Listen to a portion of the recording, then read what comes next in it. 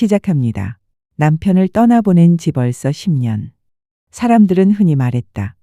시간이 지나면 괜찮아진다. 하지만 내게 시간은 아무런 약이 되지 않았다. 오히려 세월이 쌓일수록 그 빈자리는 더 깊고 날카롭게 느껴졌다. 저녁마다 식탁에 앉으면 맞은편의 빈 의자가 나를 삼켰다. 거기엔 늘 웃으며 오늘 고생 많았어. 라던 그가 있었다. 그 자리가 텅 비어 있다는 사실이 내 삶의 무게를 다시 일깨웠다. 커튼 사이로 들어오는 햇살조차 공허했다.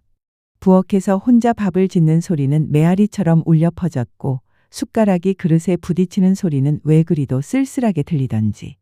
나는 텅 빈 하루를 견디기 위해 책을 읽었다.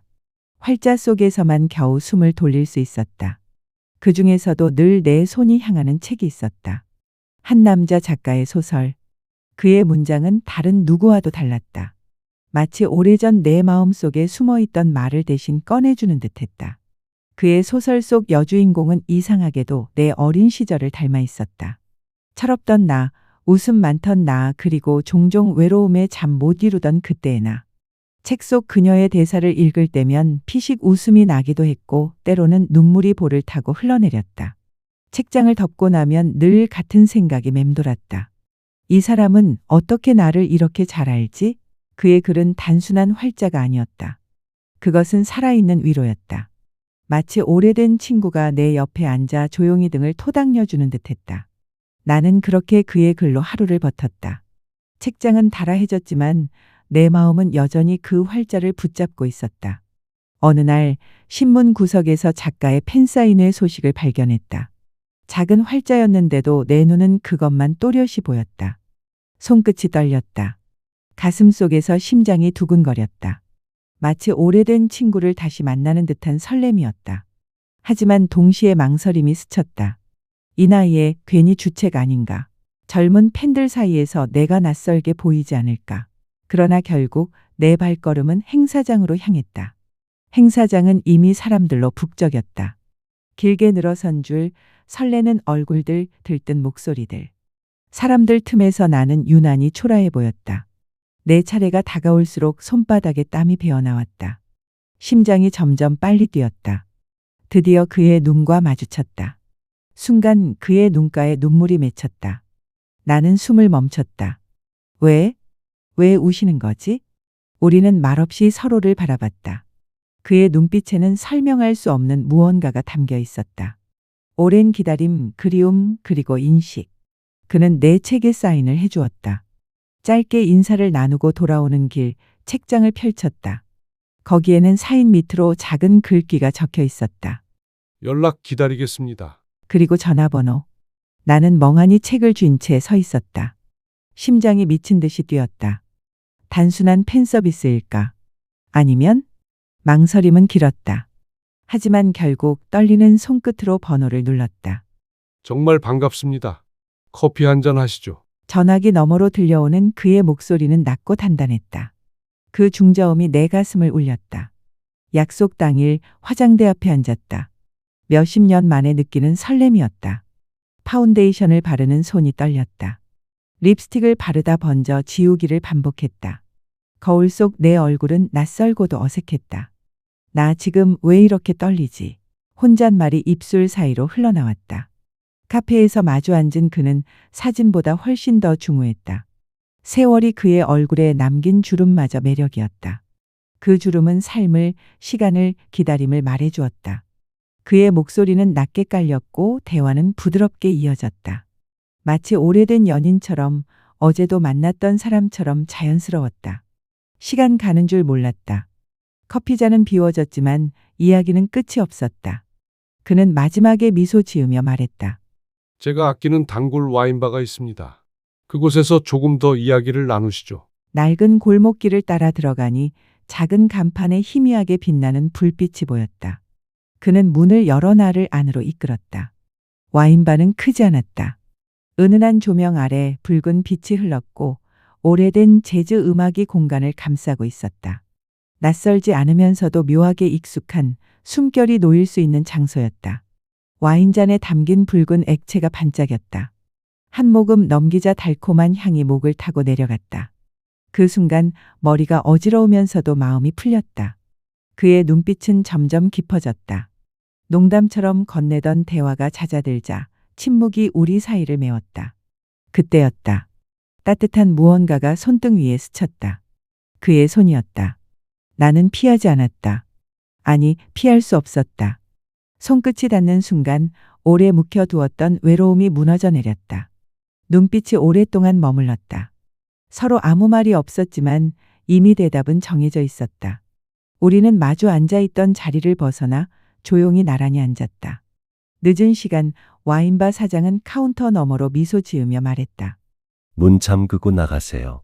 그리고 우리만 남겨둔 채 발자국 소리를 남기고 떠났다. 와인바에는 이제 제주 선율과 은은한 조명 그리고 와인 향기만이 남았다. 정적이 깊어졌다.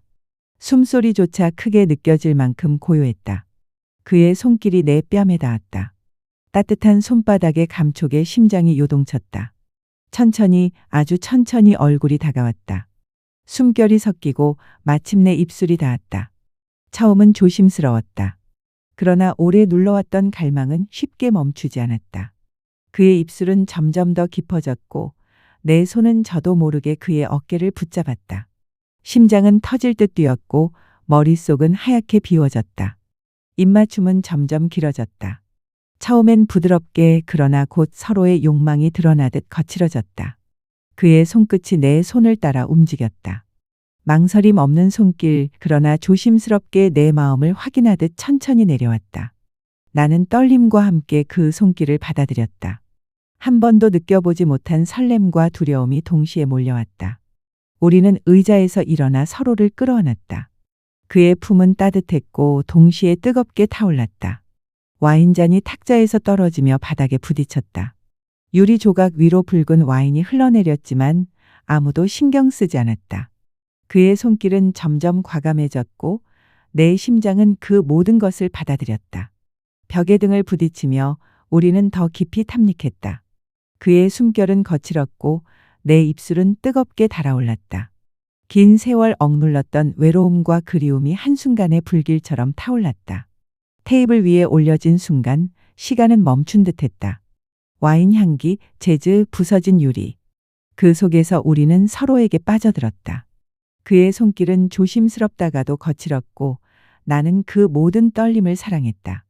그 밤 우리는 오랜 세월의 공허를 채우듯 서로를 탐하며 끝없이 불타올랐다. 숨결이 잦아들 무렵 나는 속삭였다. 50대의 사랑이 주책일까요? 그는 미소 지으며 대답했다.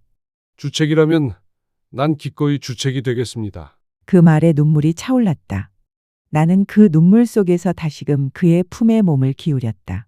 다시 한번 밤은 길게 이어졌다.